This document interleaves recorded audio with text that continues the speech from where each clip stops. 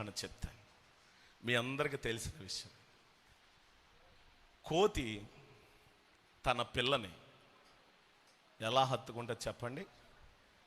తన పిల్ల ఆ కోతిని గట్టిగా పట్టుకుంటుంది, హత్తుకున్నప్పుడు కోతి నెమ్మదిగా ఎలా నడుస్తుందా? ఏం చేస్తుంది? ఇక్కడి నుంచి అక్కడికి దూకిద్ది. ఆ పిల్ల కింద పడుతుందా? అలాగే నువ్వు కూడా దేవుని హత్తుకుంటే ఎక్కడ నువ్వు కింద పడవు, దేవుడు నీకు ఏ అపాయమును కలిగించడం. దేవునికి స్తోత్రం చెప్పండి. హల్లెలూయా, హల్లెలూయా. ఎస్, దేవుని బిడ్డలారా, దేవునిని హత్తుకోవటం అంటే హృదయపూర్వకముగా ఆయనలో మమేకం అవటం. అక్కడే రాశాడు, మోషే ఆయనకు ఆజ్ఞాపించిన ఆజ్ఞలను సమస్తమును నెరవేర్చాడంట.